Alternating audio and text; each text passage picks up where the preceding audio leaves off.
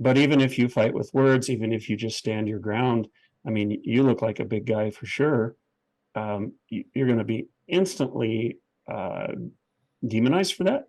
When I was in court, and literally I just sat the whole time, I sat in a chair.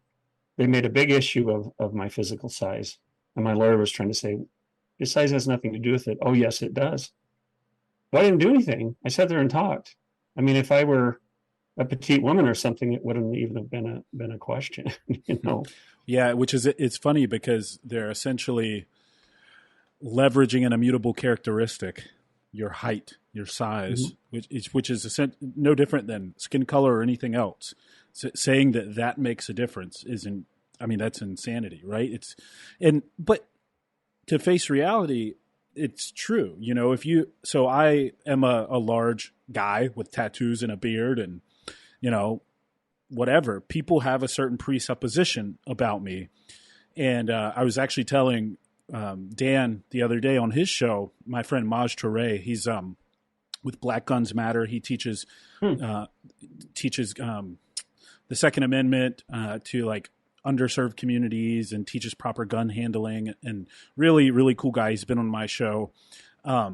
He jokes around and tells me like, look, dude, any leftist who sees you is going to automatically assume you're a white supremacist. Just look at you. Yeah. And I'm like, yeah, well, fair enough. Maj is black, by the way. I don't know if I mentioned that. So it's really funny coming from him. But, you know, I've had plenty of scenarios like that. It's like where I'll just go up to, and it's generally younger people. I don't know what generation it is, man. Is it Gen Z? The really sort of sensitive, softer kids. And I'll just say something simple to a kid working in a restaurant or something. And I mean, my wife and I have had a server request to switch and have someone else serve our table just because I guess she didn't like my tone and was intimidated by me.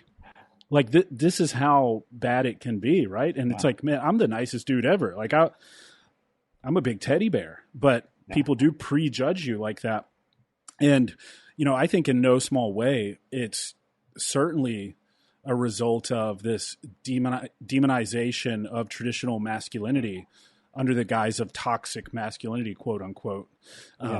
You know, sort of all of the, it's funny. I did a video, I think yesterday, where I went on Healthline, which is supposed to be a decently reputable online source, right? And you look up toxic masculinity, and the list of traits was literally like stoicism, mental toughness, aggression, self-sufficiency. And I'm like reading this supposed toxic masculinity list, and I'm like, every one of these things is a fantastic trait to have.